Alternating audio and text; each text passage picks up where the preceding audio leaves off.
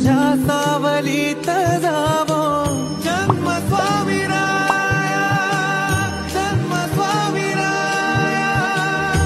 हिंदू धर्मामध्ये श्रावण महिन्याला खूप महत्त्व आहे। विविध सणांचा हा महिना आहे, शिवाय या महिन्यात शिवाची केलेली उपासना अत्यंत फलदायी ठरते असे म्हणतात। हिंदू धर्मात भगवान शंकराचे वाहन नंदी याला देखील खूप महत्त्वाचे स्थान आहे। शिव मंदिरात प्रवेश करताच सर्वात आधी नंदीची मूर्ती शिवाकडे तोंड करून बसलेली दिसते। नंदी हा शिवाचा आवडता भक्त आहे। शिवाच्या सेवेसाठी तो सदैव तत्पर असतो। भगवान शिवाच्या द्वारपालाचे सेवक म्हणून नंदी शिवाची सेवा करतात। नंदीच्या कानात एखादी इच्छा कुजबुजल्याने ती थेट भगवान शंकरापर्यंत पोहोचते असे मानले जाते।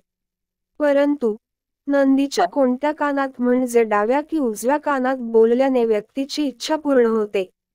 इच्छा मागण्याची कोणती पद्धत आहे हे जाणून घेऊ। जर तुम्ही तुमची इच्छा नंदीच्या कानात कुजबुजली तर ती भगवान शंकरापर्यंत पोहोचते असे मानले जाते। नंदी हा भगवान शंकराचा भक्त, त्यांचे वाहन असण्यासोबतच भक्तांच्या मनोकामना पूर्ण करणारा मानला जातो। भगवान शिवाचे नंदीवर अपार प्रेम आहे, त्याचे ते सर्व काही ऐकतात। त्यामुळे शिवाच्या पूजेत नंदीला विशेष महत्त्व आहे। भगवान शिवाने त्याला वरदान दिले होते की जो कोणी त्याच्या कानात आपली इच्छा सांगेल त्याची ती इच्छा भगवान शिव इच्छा नक्कीच पूर्ण करतील अशी नंदीबद्दल श्रद्धा आहे। पौराणिक ग्रंथांमध्येही याचे वर्णन केले आहे। त्यामुळेच आजही भक्त आपल्या मनोकामना पूर्ण होण्यासाठी नंदीजींच्या कानात बोलतात।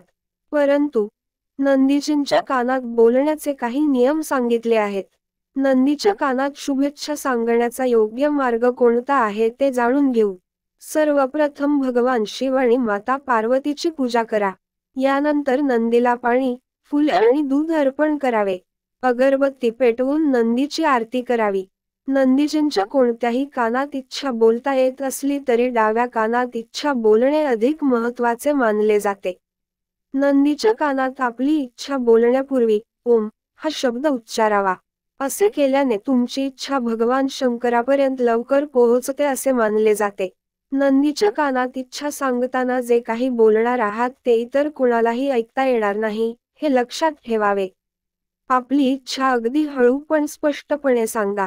आपली इच्छा सांगताना ओठ तुमच्या दोन्ही हातांनी लपवावेत जेणेकरून इतर कोणीही इच्छा सांगताना पाहू शकणार नाही। कोणाचेही नुकसान होईल, कुणाबद्दल वाईट चिंतने अशी इच्छा मागू नये।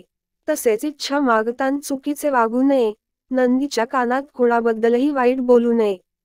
आपली इच्छा सांगून झाल्यावर नंदी महाराज आमची इच्छा पूर्ण करा असे म्हणावे। एका वेळी एकच इच्छा सांगावी। लोभाला बळी होऊन एकाच वेळी अनेक इच्छा सांगू नये।